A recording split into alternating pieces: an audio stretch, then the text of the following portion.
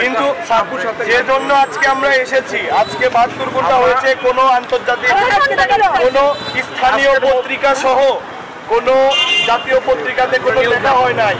প্রশাসনের থেকেও আমরা তেমন কোনো কার্যকরী পদক্ষেপ দেখছি না।